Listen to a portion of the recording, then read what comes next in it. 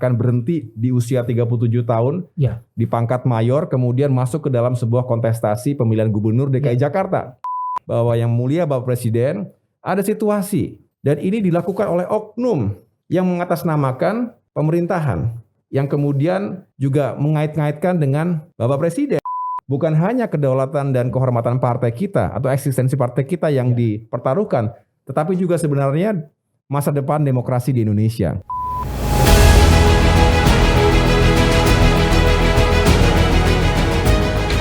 Ketua Umum Partai Demokrat Agus Harimurti Yudhoyono (AHY) kembali melakukan kunjungan kerja di Surabaya pada Sabtu 19 Februari 2022. Dalam rangkaian kunker kali ini, AHY juga berkunjung dan silaturahmi ke kantor Tribun Jatim Network di Jalan Rungkut Industri 3 nomor 6870, Rungkut Tengah, Kecamatan Gunung Anyar.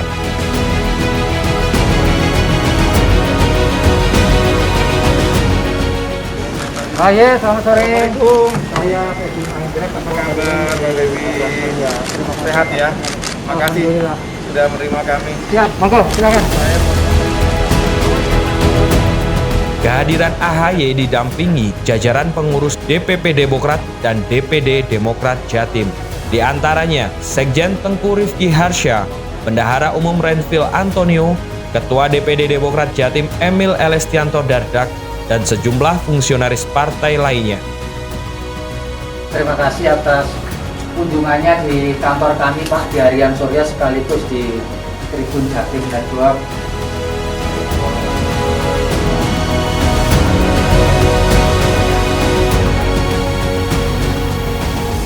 Jadi setuju saya, mata lokal menjaga Indonesia dari potret lokal dengan pemberitaan yang faktual dan aktual dengan analisa yang tajam, maka itu bisa memberikan gambaran real tentang kondisi masyarakat kita.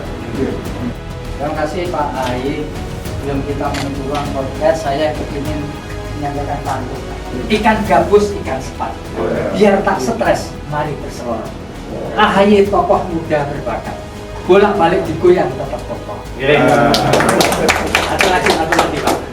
Jus mangga dicampur tomat merah dari Bengkulu. Partai Demokrat moga tetap merakyat seperti yang disebutkan. Jangan hanya akrobat jelang pemilu. Kunjungan AHY ke Tribun Jatim Network ini diisi dengan diskusi bersama awak redaksi. Juga bincang podcast bersama Direktur Pemberitaan Tribun Network yang juga pemimpin redaksi Harian Surya Feby Mahendra Putra. Agenda kegiatan mantan Komandan Komando Satuan Tugas Bersama Kogasma DPP Partai Demokrat selama berkunjung ditayangkan di sejumlah portal Tribun Jatim Network. 3, 2, 1.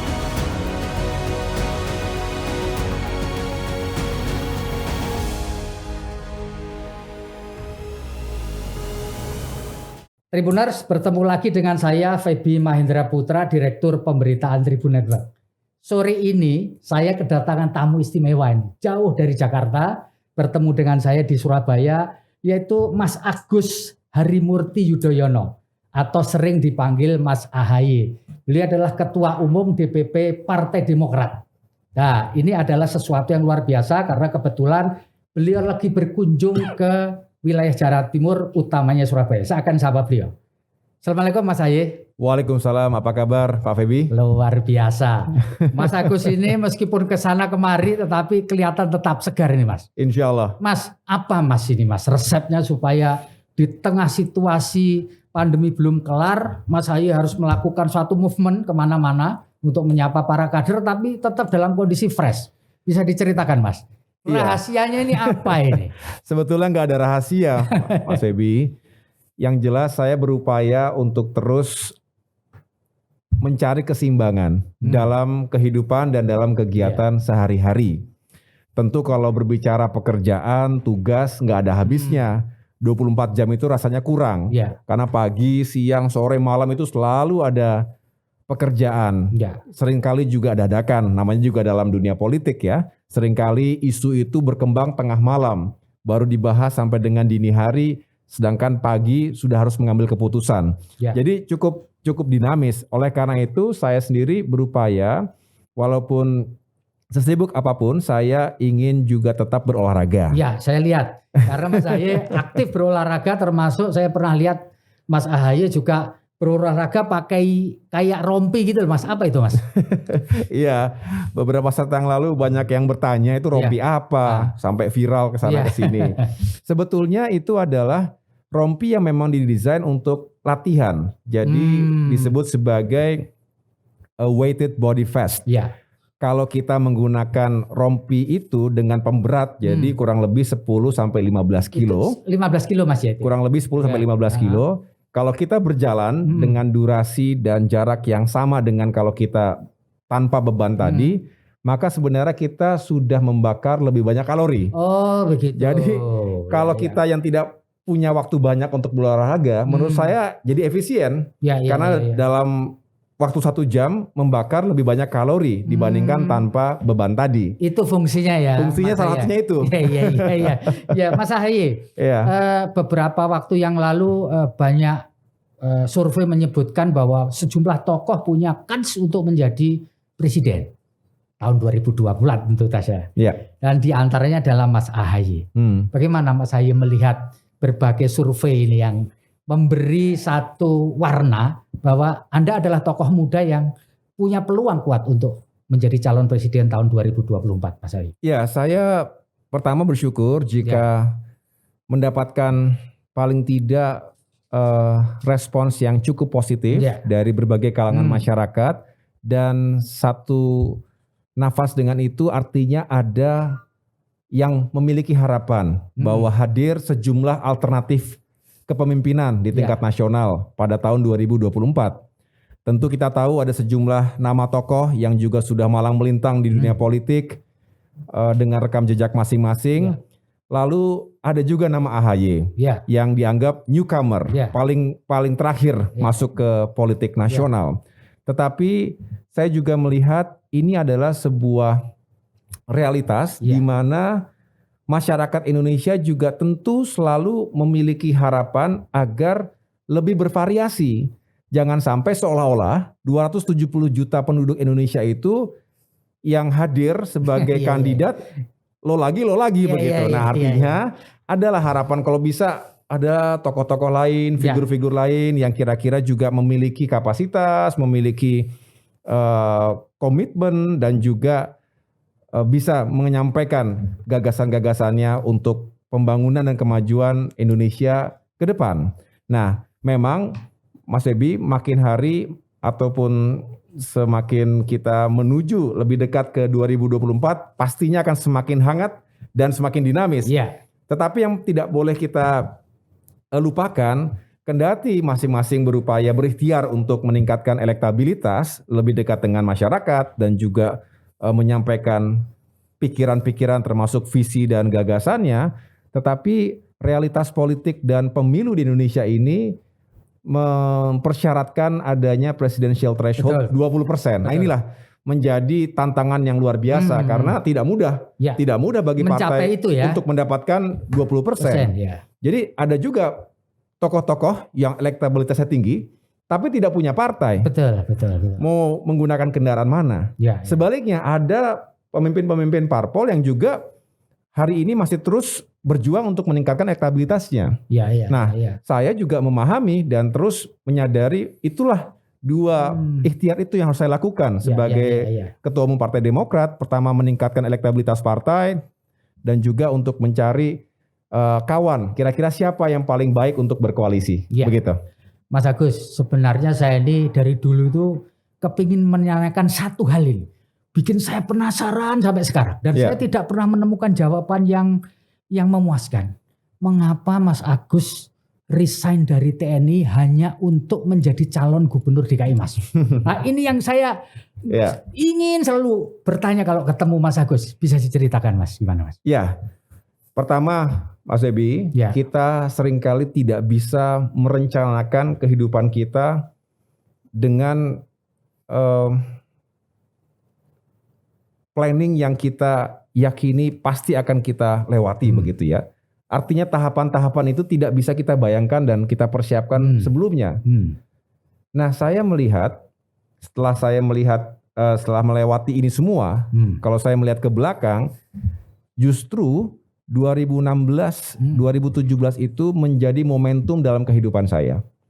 Jadi kalau ada yang mengatakan, mengapa sih di usia yang relatif muda, katanya punya masa depan karir militer yang cemerlang, dengan rekam jejak yang saya miliki juga, kok seolah-olah buru-buru keluar masuk ke dunia politik, apa yang dikejar? Jadi memang sebenarnya saya tidak pernah mendesain dalam perjalanan karir akan berhenti di usia 37 tahun di pangkat mayor kemudian masuk ke dalam sebuah kontestasi pemilihan gubernur DKI Jakarta. Tidak mungkin saya bisa rencanakan itu. Tetapi ternyata ada sebuah momentum, ada sebuah peristiwa besar di Jakarta ketika itu dan kemudian saya juga tergerak. Saya tidak tahu kekuatan Allah yang jelas karena saya juga telah beristikharah ketika itu. Yang jelas itu adalah pilihan murni dari saya pribadi. Jadi bukan Mas Ahaye sendiri ya yang menentukan. Saya sendiri. Tidak ada pihak lain yang mencoba untuk melakukan pressure enggak ya? Tidak ada. Ada yang mengatakan kok dipaksa oleh Pak SBY? Tidak pernah. Enggak ya Pak ya? Seorang orang tua itu nggak mungkin ingin anaknya sengsara ataupun memaksakan sesuatu ya. Yang jelas justru Pak SBY bertanya kepada saya, ada situasi seperti ini. Ada harapan masyarakat, termasuk waktu itu disampaikan oleh sejumlah partai politik. Dari Partai Demokrat, PKB ketika itu, P3 dan juga PAN, yang meminta saya untuk masuk ke dalam gelanggang. Tetapi konsekuensinya tidak main-main, karena saya harus melepaskan seragam. Dan ketika saya sudah keluar dari TNI, tidak mungkin saya kembali lagi. Ini sebuah keputusan yang besar. Itulah makanya seperti Mas Feby ini banyak sekali yang masih bertanya sampai sekarang, kok bisa meninggalkan sesuatu yang besar seperti itu, atau mengambil keputusan yang besar dan bagaimana langkah selanjutnya. Saya mengatakan kalau saya melihat itu sebagai sebuah kekalahan, maka mungkin akhirnya saya menyesal. Tetapi saya melihat apa yang saya alami di pemilihan gubernur Jakarta itu sebagai sebuah pelajaran paling berharga dan bahkan saya anggap sebagai kawah candra di muka saya dalam dunia politik. Sehingga saya justru bersyukur atas apa yang terjadi karena saya bisa mengambil banyak hikmahnya. Karena setelah itu saya juga berusaha untuk segera bangkit dan justru membuka ruang yang lebih luas lagi. Bukan hanya di Jakarta tetapi saya ingin keliling ke berbagai daerah, mendengarkan aspirasi masyarakat dari Aceh sampai dengan Papua. Nah, ini semua modal dan ini tidak bisa tanpa proses yang saya lalui, tetapi juga saya merasa perlu adanya percepatan atau lompatan-lompatan karena kalau ingin mencapai tujuan yang besar tidak boleh hanya mengikuti alur yang konvensional, yang biasa-biasa saja. Saya harus melakukan lompatan-lompatan, percepatan-percepatan. Gitu. Itu ya. Jadi sekali lagi, jadi no regrets, Mbak ya. No regret. Nah, no tidak regret. ada penyesalan ya, Pak. Tidak ada penyesalan ya. Mas Agus. Iya. Anda menjadi ketua umum Partai Demokrat sudah 2 tahun ini. Iya. Ketika menjadi ketua umum sebuah partai yang luar biasa ini, apa perasaan atau sesuatu yang paling menjadi pelajaran buat Anda selama 2 tahun memimpin Partai Demokrat ini? Ya, bahwa pelajarannya banyak sekali, tapi saya kalau boleh menyampaikan dalam podcast ini, pertama, bahwa tidak bisa melihat segala sesuatunya hitam dan putih. Oh gitu ya.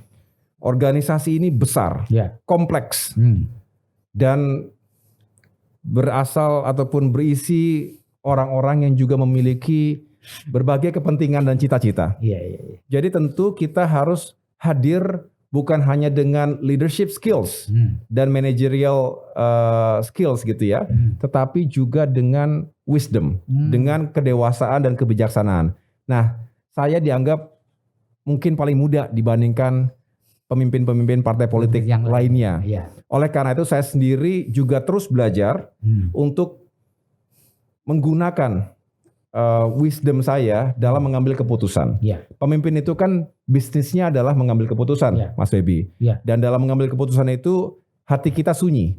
Karena tidak lagi kita bisa bertanya kepada yang lainnya. Ketika kita harus mengambil keputusan, tanggung jawab itu ya harus kita ambil. Gak bisa kita salah ngambil keputusan, kita menyalahkan yang lain. Saya mendengarkan dari semua pihak. Di sini ada sekjen saya, ada bendahara umum saya, ada teman-teman yang lain. Saya mintai pendapat, masukan, dan pertimbangan-pertimbangan. Tetapi pada akhirnya keputusan harus saya ambil sendiri dan itu juga harus saya pertanggungjawabkan lahir batin dan dunia akhirat. Oleh karena itu tentu saya harus terus melengkapi diri dengan kedewasaan, dengan kebijaksanaan, tapi juga dengan pengalaman dan wawasan. Dan itu sekali lagi butuh proses, butuh jam terbang. Nah, yang jelas karena saya ingin belajar cepat, saya harus melakukan hal-hal yang di luar dari kebiasaan.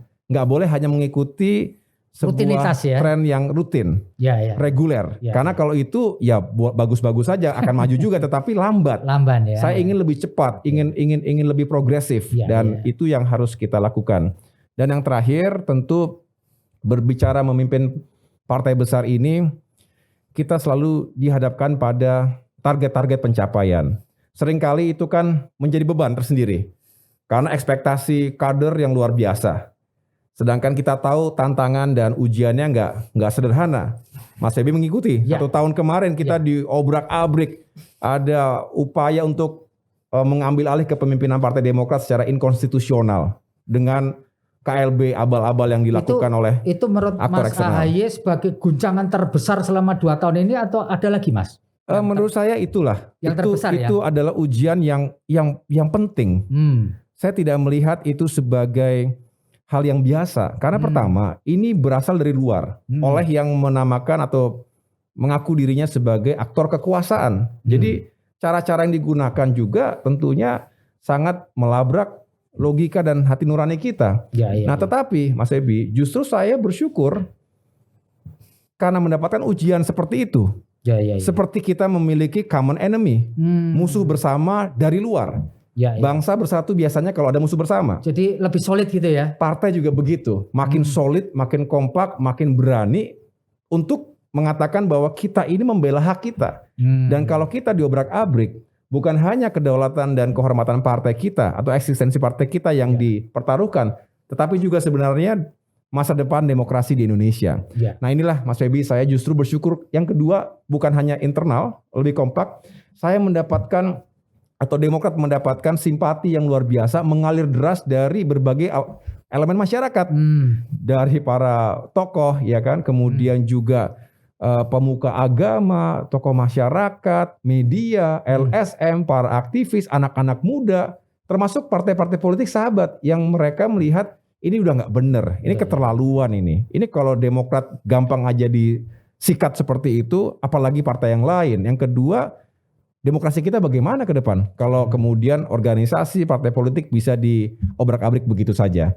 Kami berusaha untuk meyakinkan diri kami, kalau bukan kita sendiri siapa lagi, dan tentunya bermohon kepada seluruh elemen masyarakat untuk bersama-sama dalam perjuangan menegakkan demokrasi ini. Mas AHY, apakah sebelumnya Mas AHY punya feel terkait dengan upaya untuk merebut kekuasaan secara inkonstitusional dari luar, itu punya feel nggak? Saya nggak membayangkan sebelumnya, karena saya anggap biasanya kalau riak-riak organisasi itu biasa. Semua partai mengalami itu. Partai Demokrat juga ya dalam setiap penggalan atau perjalanannya selalu saja. Tetapi sifatnya internal. Nah ini luar biasa karena eksternal dan dalam lingkar kekuasaan. Menggunakan kekuasaan politik, pengaruh politik dan juga uang untuk mengancam atau membajak. Nah ini perilaku yang sangat buruk. Bayangkan seorang KSP ya melakukan hal itu, dipertontonkan, didemonstrasikan tanpa malu. Lah, terus kita dianggap tidak ada semua ini. Nah masyarakat kan nggak bisa diperdaya begitu saja. Jadi sebetulnya kami kemudian melihat yang begini-begini mungkin Tuhan berikan ujian kepada kita, sekaligus juga untuk menunjukkan bahwa jika demokrasi tidak kita rawat, tidak kita perjuangkan, kemudian suatu saat kita bisa hidup dalam kegelapan. Nah, media, saya juga sering bicara dengan teman-teman media. Mari kita berjuang bersama, karena media seperti halnya dengan partai politik adalah pilar demokrasi. Mari kita terus bersuara secara kuat gitu ya, solid dengan argumentasi tapi juga faktual. Karena hanya dengan itu kita bisa merawat semua yang telah kita perjuangkan sejak reformasi. Jangan sampai kita balik lagi, Mas. Kembali ke zaman di mana kita takut berbicara. Ada sedikit yang tidak dianggapnya tidak sesuai dengan yang diinginkan oleh negara, siapapun yang mengatasnamakan negara, kemudian kita bisa dibombardir, bisa dibubarkan, bisa dipecah belah, yang kayak begitu-begitu. Nah ini jangan sampailah kita mundur lagi ke masa-masa gelap itu. Mas Ahaye, apakah menurut Anda tantangan ini akan terus ada nanti ke depan? Macam kayak gini nih. Ya, saya melihat ini dan saya telah mengingatkan kepada seluruh jajaran, seluruh kader, kita anggap ini sebagai bahaya laten. Oh, jadi masih nanti akan muncul lagi gitu. Saya lebih baik merasa kita harus tetap waspada, jangan pernah lengah, karena yang namanya begini-begini bisa saja datang lagi. Tetapi karena kita sudah punya pengalaman, dan pengalaman itu adalah guru paling berharga, mudah-mudahan kalau ada lagi yang begitu-begitu kita jauh lebih siap. Jadi kalau kita kemarin bisa sukses dan memenangkan itu, baik secara politik maupun hukum, sosial dan hukum, maka insya Allah Mas Feby, kita selalu berikhtiar dan bermohon kepada Yang Maha Kuasa, kita bisa lebih siap dan bisa lebih kuat lagi. Mas Ahaye, saya ingin tanya, sejauh ini hubungan Mas Ahaye dengan Presiden Jokowi bagaimana, Mas? Sebetulnya hubungan kami baik-baik saja. Ya. Jadi misalnya ketika terjadi KLB ini, saya berkesempatan untuk memberikan penjelasan kepada beliau. Pertama kali saya menulis surat, bertanya baik-baik. Ya. Saya punya hak untuk menulis surat. Beliau adalah presiden sebagai pembina semua partai politik di tingkat nasional. Ya. Saya punya hak dan punya kewajiban untuk melaporkan kepada Bapak Presiden sebagai pembina parpol tadi, bahwa yang mulia Bapak Presiden, ada situasi dan ini dilakukan oleh oknum yang mengatasnamakan pemerintahan, yang kemudian juga mengait-ngaitkan dengan Bapak Presiden dan sejumlah pejabat tinggi negara lainnya. Kami mohon klarifikasi ini, karena tidak baik kalau ini kemudian berkembang menjadi fitnah. Justru niat baik kami menulis surat itu agar beliau aware dengan situasi dan kemudian bisa menjelaskan ini kepada masyarakat luas. Itu sebetulnya. Dan sekali lagi ketika itu saya mendapatkan kesempatan setelah sekian lama itu dan bisa menjelaskan secara langsung. Oh, beliau, secara langsung. Jadi pernah bertemu secara langsung? Pernah. Ya, dan menyampaikan hal itu secara gamblang gitu ya, Mas? Secara gamblang, dan beliau juga mengatakan sangat marah terhadap situasi itu. Beliau mengatakan tidak tahu menau dalam arti KSP Muldoko melakukan aksinya sendiri. Dan itu membuat beliau marah sebetulnya. Dan saya hanya menyampaikan kepada beliau, Bapak, kami tidak meminta lain-lain, kami hanya ingin diperlakukan secara adil. Nah itu menjelang hari-hari sebelum akhirnya pemerintah melalui Kementerian Hukum dan HAM, waktu itu Bapak Menteri Yasona Lauli didampingi oleh Menko Polhukam, Bapak Mahfud MD, akhirnya menyampaikan penolakan terhadap segala hasil KLB Deli Serdang yang dianggap ilegal dan inkonstitusional. Dan kami tentunya bersyukur negara, pemerintah masih mendudukan ini secara adil. Dan untuk itu kami menyampaikan apresiasi. Tapi tidak berhenti di situ, karena si kelompok KSP Muldoko ini kemudian berupaya untuk masuk lagi ke Mahkamah Agung ya. Mahkamah Agung melalui judicial review, kemudian ada di PT UN yang sama sekali tidak berdasar. Dan kami siap dan menghadapi itu dengan seksama, karena kami anggap ini juga ujian apakah kami bisa membuktikan itu secara hukum. Dan kami juga sebetulnya ingin memohon kepada para penegak hukum, para aparatur hukum untuk juga bisa menegakkan ini secara adil. Dan alhamdulillah juga kita tahu akhirnya MA menolak itu semua, PT UN juga tidak mengabulkan, dan akhirnya kami juga bisa lebih yakin lagi bahwa memang keadilan masih bisa kita raih di negeri ini.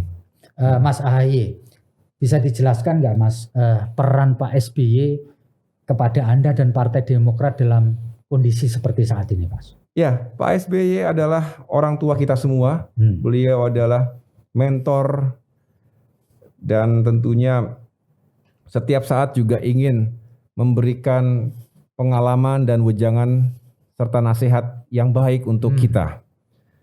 Beliau memang telah memutuskan untuk keluar atau mundur dari day-to-day politics, politik harian. Tetapi beliau saat ini juga masih memiliki peran sebagai Ketua Majelis Tinggi Partai Demokrat. Tetapi benar-benar dalam urusan kepartaian, tugas-tugas partai dan misi-misi yang harus dijalankan, beliau sudah sepenuhnya memberikan menyerahkan itu Semua kepada ketua pengurus, umum ya. dan pengurus yang memang telah disahkan sesuai dengan ADART. Nah, dengan demikian kami semua merasa nyaman karena tidak ada beban lagi. Tetapi beliau juga tidak kemana-mana sebenarnya. Iya. Karena kalau kita berkonsultasi, meminta masukan, advice, beliau juga selalu ready untuk memberikan itu. Every time bisa ya. Bisa, tentunya kita lihat situasi beliau ya, kondisi beliau, tetapi pada prinsipnya beliau happy dan selalu terbuka. Jadi ini hubungan yang sangat sehat. Di satu sisi ibaratnya tidak melakukan intervensi tertentu yang kadang-kala kan kita tahulah kalau seolah-olah ada matahari kembar itu kan bingung. Iya. Semuanya bingung. Iya. Nah, justru beliau sendiri yang pertama kali dan berkali-kali mengulangi tidak ada matahari kembar di partai ini. Saat ini pemimpinnya adalah AHY. Iya. Kalau saya mengatakan itu berarti semua juga harus mengikutinya, dalam arti ya jangan sampai seolah ada matahari kembar, seolah ada faksi, seolah ada perbedaan-perbedaan dalam pengambilan keputusan. Nah, dengan demikian sekali lagi saya merasa nyaman, kami semua generasi penerus Partai Demokrat ini merasa nyaman, tetapi juga terus membangun jalinan komunikasi yang baik dengan para senior dan pendahulu. Karena kita ingin yang generasi muda ini pada semakin aktif dalam posisinya, tetapi yang senior-senior juga masih kita libatkan. Mas AHY bisa sedikit cerita perkembangan kesehatan Pak SBY setelah beliau dirawat di Amerika Serikat, Mas? Ya, terima kasih Mas Webit. Beliau alhamdulillah telah menjalani operasi di Amerika Serikat beberapa saat yang lalu, berhasil dengan baik dan setelah itu kembali ke tanah air. Saat ini masih terus dalam proses pemulihan, recovery, yang juga membutuhkan proses yang tidak sebentar begitu. Apalagi karena ini kanker, harus setiap saat dikontrol dan di review, dilaporkan kepada rumah sakit di Amerika Serikat untuk diketahui progresnya. Jadi mohon doanya dari Mas Webi dan juga masyarakat yang lainnya, semoga beliau senantiasa diberikan kesehatan, umur panjang, karena kita semua masih sangat mengharapkan ilmu nasihat dan wejangan dari beliau. Mas AHY, saya pernah baca bukunya Bu Ani ke Pak Sayap itu, yang menceritakan bagaimana Anda dianggap sebagai pahlawan ketika adik Anda, Mas Ibas, mau dilahirkan. Saya membaca itu, jadi seolah-olah Anda disuruh pergi sendiri, memberitahu keluarga. Bisa diceritakan Mas saat itu, Mas? Saya sangat terkesan dengan tulisan di bagian itu, bagaimana seorang AHY yang masih kecil harus membantu ibunya ketika dalam proses melahirkan, Mas. Gimana Mas ceritanya, Mas? Sebetulnya saya nggak inget ya, karena saya masih kecil. Cuman ibu suka cerita waktu itu almarhumah Ibu Ani. Ya intinya saya itu di usia yang masih mungkin 2 tahun setengah, tapi sudah seperti anak yang memahami situasi dan mandiri, tidak merepotkan, tidak cengeng, sehingga ketika ibu harus segera berangkat ke rumah sakit untuk menjalani proses kelahiran itu, saya itu bisa sendiri aja gitu, dititipkan, atau intinya tidak mengganggu dan tidak merepotkan ibu lah begitu. Sehingga saya inilah bisa menyampaikan pesan kepada saudara pada waktu itu. Iya, betul. Untuk membantu Mas proses persalinan ini. Iya. Mas AHY, di buku Bu Ani Anda dianggap sebagai sosok yang luar biasa lah. Buat Anda sendiri, Bu Ani kayak apa Mas sosoknya buat Anda, Mas? Sosok yang tak tergantikan. Beliau adalah seorang perempuan yang tangguh. Makanya kita semua benar-benar kehilangan, karena beliau itu sumber cahaya dalam keluarga kami, sumber kebahagiaan, dan begitu peduli dan tidak pernah berhenti menunjukkan cinta dan kasih sayang kepada semua anggota keluarganya, dan juga selalu berbuat baik untuk sesama. Jadi banyak sekali sebetulnya hal-hal baik yang telah dilakukan oleh beliau semasa hidupnya. Seringkali kita tidak tahu, karena banyak hal baik yang tidak disampaikan kepada kita juga. Tetapi setelah beliau meninggal, banyak masyarakat yang menyampaikan ceritanya, bahwa pernah dibantu ini, dibantu itu, dan Saya bersyukur karena artinya beliau semasa hidupnya benar-benar bermanfaat, bukan hanya untuk keluarganya tapi juga banyak untuk orang masyarakat luas. Ya. Jadi kalau melihat peran beliau sebagai ibu negara, peran beliau sebagai istri prajurit, dan banyak lagi peran-peran lainnya di masyarakat, tentu kita semua bisa mengambil keteladanan dari beliau. Ya, semoga banyak lagi lahir kaum perempuan seperti Ibu Ani, ya, yang tangguh dan juga selalu peduli dengan masyarakat. Mas Ahaye, ini pertanyaan pamungkas terakhir nih Mas Ahaye. Partai Demokrat dan kepemimpinan Anda seringkali disebut sebagai partai keluarga katanya. Banyak orang yang mengatakan seperti itu. Bagaimana Anda menjelaskan kritik atau apa ya, sorotan itulah Mas? Ya, saya pikir harus dilihat secara jernih. Ya. Pertama, benar, kami banyak anggota keluarga besar kami yang juga ada di Partai Demokrat. Dan kebetulan saat ini juga pada posisi yang strategis. Tetapi yang perlu diingat bahwa kalau berbicara partai keluarga artinya tidak ada proses demokrasi. Ini kan bukan seorang bapak menyerahkan pangkat komando kepada anaknya tanpa proses. Ini perlu ada kongres, dihadiri dan dinyatakan sah oleh 34 ketua DPD se-Indonesia, 34 provinsi, 514 kabupaten dan kota. Kemudian juga ada ADART yang harus dipertanggungjawabkan. Artinya ada sebuah proses demokrasi yang kami lalui dan itulah yang membuat kami juga kokoh. Kalau kemarin kami tidak melalui itu, maka begitu ada KLB, ya rontok semuanya. Karena ada proses yang tidak kita jalani. Tapi karena semuanya kita jalani dengan tertib, sesuai dengan peraturan dan ketentuan, maka mau digoyang seperti apapun, kami semua bisa bertestimoni, bisa bersaksi bahwa semua yang kita jalankan itu demokratis dan terbuka, bisa diaudit oleh siapapun, bukan hanya oleh kader Demokrat. Jadi kalau ada yang menyampaikan, oh ini partai keluarga, menurut saya ya itulah politik. Selalu ada yang mencoba untuk mendowngrade kita, tetapi menurut saya itu justru sebuah lecutan semangat untuk kita membuktikan boleh saya misalnya di underestimate dan lain sebagainya, tetapi justru dengan pembuktian kerja keras saja mudah-mudahan makin lama makin masyarakat juga semakin memahaminya. Ya, saya pikir begitu. Ya. Mas Ahaye, kami berharap Mas Ahaye memberikan closing statement buat kader Partai Demokrat di Jawa Timur, boleh di seluruh Indonesia dan kepada rakyat Indonesia. Closing statement Mas. Ya. Terima kasih kepada segenap kader Partai Demokrat dimanapun berada, khususnya di Jawa Timur. Hari ini saya berada di kota Surabaya. Semoga kita semua senantiasa dalam lindungan Allah Subhanahu wa Ta'ala di masa yang masih sulit ini, pandemi COVID-19 yang masih berkepanjangan, tekanan ekonomi yang juga belum usai. Mari kita tetap menjadi pejuang untuk membantu kesulitan masyarakat di sekitar kita. Partai Demokrat ada senantiasa berkoalisi dan pro dengan rakyat. Oleh karena itu, jangan pernah lelah untuk terus berjuang, datang, dengarkan, dan suarakan aspirasi masyarakat. Begitu pula dengan upaya-upaya lainnya untuk memajukan daerah kita. Dan tentunya kepada segenap saudara-saudaraku masyarakat Indonesia, terutama masyarakat Jawa Timur yang saya cintai dan muliakan, semoga juga senantiasa dalam lindungan Tuhan Yang Maha Kuasa, Allah Subhanahu wa Ta'ala, kita semua tegar, kuat, bisa menjalani kehidupan hari ke hari, sehingga pada akhirnya kita semua bisa pulih dan bangkit dari pandemi, dan kemudian kita bisa kembali fokus untuk meningkatkan ekonomi dan kesejahteraan keluarga dan masyarakat di sekitar kita. Insya Allah kalau kita bersatu, bersinergi, berkolaborasi, dan tetap memiliki harapan yang baik untuk masa depan kita, kita bisa lulus ujian ini dan menjadi semakin baik. Terima kasih. Terima kasih Mas Agus Harimurti Yudhoyono. Tribuners, kita sudah ngobrol panjang. Sebenarnya nggak panjang, tapi isinya luar biasa. Dengan Ketua Umum DPP Partai Demokrat.